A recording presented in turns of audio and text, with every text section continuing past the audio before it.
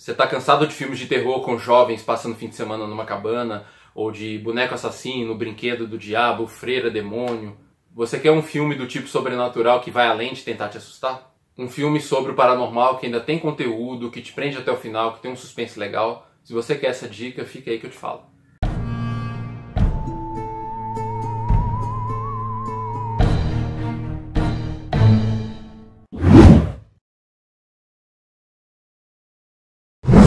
E aí, povo, eu sou o Léo Martins, o cientista de chinelo e que também é fanático por filmes bons. Por isso que eu tô aqui e por isso que eu fiz essa playlist em primeiro lugar. Então depois que você sair desse vídeo, confere os outros lá. Assim como eu, você também tem a sensação de que os filmes de terror e de suspense são todos iguais? E que todos acabam virando uma franquia? Pois é, pra dizer a verdade, eu detesto franquias, são poucas que eu sigo. Mas o porquê que eu detesto franquia eu vou deixar pra lá, eventualmente eu comento em outra ocasião. Mas eu quero indicar um filme que não é franquia, que provavelmente nunca vai virar, porque a história tem início, meio e fim, e que é foda, é um ótimo filme. Inclusive, pra minha surpresa, eu descobri que muita gente não conhece, então eu vou indicar. E ainda é um filme que é baseado em fatos reais. Todo mundo gosta de filme baseado em fatos reais, né? E várias coisas nele são baseadas em fatos reais, de vários casos ligados ao sobrenatural, de vários personagens ligados ao sobrenatural. Por uma série de motivos compensa ver esse filme. Se você não conhece o filme, fica tranquilo porque eu não vou dar spoiler, até porque eu quero que você assista, que você tenha a experiência mesmo de se surpreender com o final, enfim. E se você conhece, pode ficar aqui assim mesmo, porque eu vou falar da relação de várias partes do filme com coisas da vida real. E se por acaso você é uma em 1 milhão de pessoas que não gostou desse filme ou não gostou do final, fica aí porque eu vou tentar te convencer do contrário. O filme se chama Red Lights. É um filme que no Brasil ficou com o nome de Poder Paranormal, eu acho.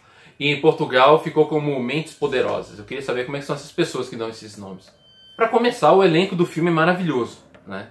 Sigourney Weaver, Robert De Niro, Elizabeth Olsen, Cillian Murphy. Então, quando o elenco do filme é muito bom, isso já compensa, né? Já serve pra gente dar uma olhada, porque se conseguiram convencer essa galera grande a fazer o filme é porque alguma coisa boa ele tem. Além disso, ele é todo baseado em fatos reais. Várias passagens dele, do início ao fim do filme, são baseadas em alguma coisa do universo, do paranormal, do assunto de paranormalidade. Então, se você gosta desse tema, já vai ter uma série de conexões com a vida real que também são bons motivos para você ver o filme. Como eu tenho que fazer essa recomendação e essa crítica sem dar spoilers, eu vou deixar passar um monte de coisas.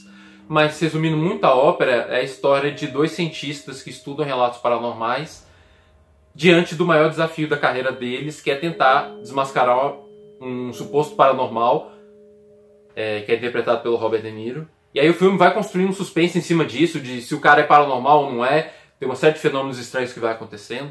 E aí as pontes com a vida real já começam aí. O duelo entre os cientistas, primeiro a Sigourney Weaver, depois o Cillian Murphy, com o Robert De Niro, é um duelo que lembra muito duelos como James Randi versus Uri Geller, que tiveram lugar ali nos anos 70, 80 até 90 mais ou menos. O tipo de pesquisa paranormal que é mostrado no filme é claramente inspirado em experimentos da vida real, os experimentos sobre precognição que ainda acontecem, né? Adivinhação de cartas e coisas assim. Inclusive, uma cena legal em que existe uma outra equipe na universidade da Sigourney Weaver investigando também alegações paranormais, mas com critério mais frouxo. E aí mostra eles sendo pegos por artifícios simples de adivinhação, né?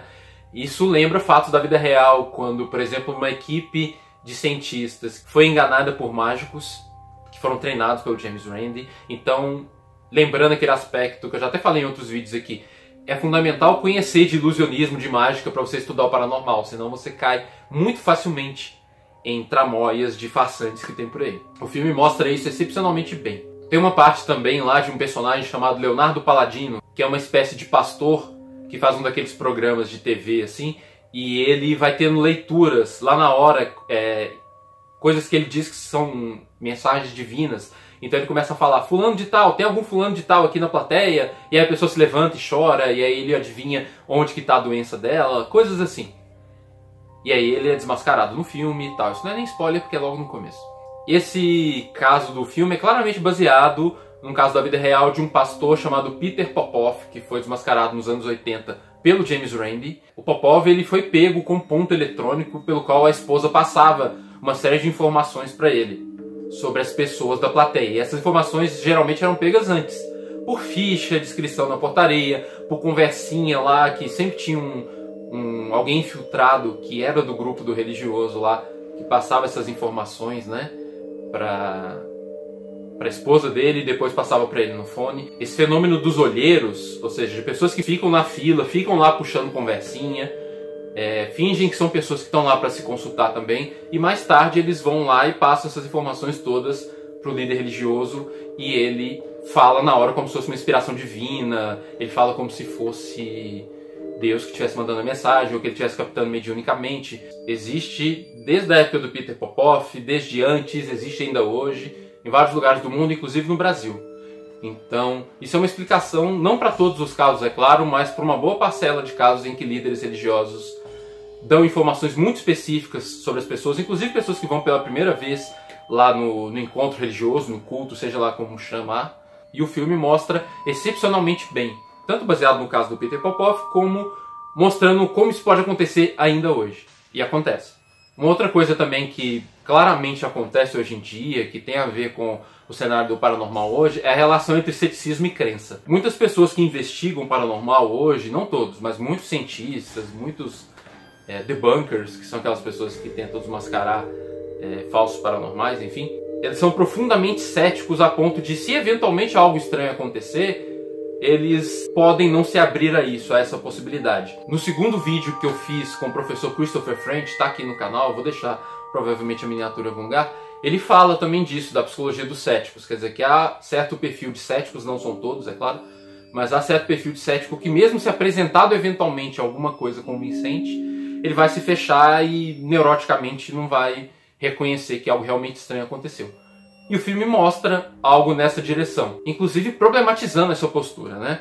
Eu me lembro do Carl Sagan, que inclusive esses céticos amam, e eu sou completamente apaixonado por ele também, mas o Sagan dizia que a postura científica ideal é você combinar ceticismo e admiração pelas possibilidades do universo, né? A gente tem que ser, de fato, extremamente crítico, rigoroso e cético em relação a tudo que aparece, lembrando que alegações extraordinárias requerem evidências extraordinárias. Então, se aparece algo muito foda, tipo, muito paranormal, muito bizarro, muito sobrenatural, o nível de exigência de prova tem que ser ainda maior. Mas, ao mesmo tempo, a gente tem que manter a abertura mental e a admiração, aquela admiração até infantil, nas palavras do próprio Sagan, diante das novidades que o universo pode apresentar. A gente não sabe tudo. Então, se pintar alguma coisa, e essa coisa eventualmente fornecer evidências, a gente tem que ter uma postura mental suficientemente aberta para falar, tá, eu estava errado, vai.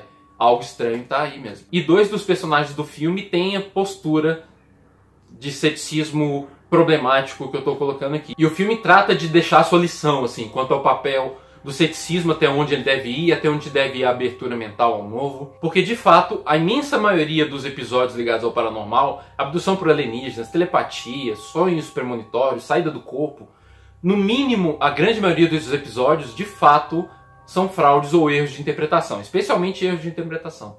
É extremamente comum que as pessoas entendam mal uma série de fenômenos psicológicos e culturais, enfim, ou que deem ouvidos a coisas que são realmente fraude, e aí elas acabam se enganando e dando o rótulo de sobrenatural, paranormal ou extraordinário para coisas que são perfeitamente ordinárias. Só que, se a gente esbarrar num certo ponto de realidade, eventualmente, em que algo extraordinário surja, o interessante é que a gente tenha jogo de cintura para falar, tá, agora a gente vai ter que olhar com mais cuidado. E o filme acho que problematiza isso com perfeição. Inclusive, o outro filme que eu comentei aqui no canal, Contato, com a Judy Foster, baseado no livro do Carl Sagan, também problematiza bem essa questão do fé versus ceticismo, sabe? Até onde acreditar, até onde duvidar. Então, é outra coisa. Além da entrevista com Chris French, se der, dê uma conferida lá no vídeo sobre o filme Contato, que também é outra dica. Então você já tem programa para hoje à noite, tenta achar esse filme, Red Lights. Ele já esteve no Netflix, tem hora que eles tiram, tem hora que eles voltam com ele. Assistam não só pelo tanto que ele prende a gente, mas também pelo tanto que ele representa em termos das coisas da vida real, ligadas a esse universo do paranormal, do sobrenatural. Ele serve, eu acho, tanto de um tapa na cara de quem acredita muito no paranormal, aquilo que a professora Fátima Machado da USP chama de paranormófilos, que são aquelas pessoas que para elas tudo é paranormal, tudo é energia, sabe? Então é um bom tapa na cara dessas pessoas para elas acordarem um pouco e desenvolverem um ceticismo saudável, E também um tapa na cara daquele outro extremo, daquelas pessoas para quem absolutamente nada pode ser extraordinário e se pintar alguma coisa a pessoa vai tampar os olhos mesmo, sabe? Aquilo que a professora Fátima Machado e o professor Wellington Zangari da USP chamam de paranormofóbico, ou seja, a pessoa que tem fobia de qualquer coisa que cheire paranormal, sobrenatural. E lembrando que nada disso é herético não, tá? Se você que é cético curte Carl Sagan, leia com cuidado quando ele fala sobre ceticismo e admiração na introdução do Mundo Assombrado pelos Demônios, quando ele fala que o pai dele o ensinou a virtude da admiração pelo novo e o extraordinário e a mãe dele o ensinou a virtude do ceticismo, da dúvida, da crítica. Então o ideal é realmente a gente equilibrar esses dois pontos e um dos melhores filmes que eu já vi para ensinar isso pra gente é Red Lights. Então confira lá, depois volta aqui nos comentários para me contar o que achou. Se você já tiver visto, deixa aqui algum comentário, se concordou comigo, discordou, enfim. E é sério, deixa o like aí no vídeo, porque ajuda pra caramba o canal. E siga o Cientista de Chinelo, recomendo pro pessoal, tá bom? Fui!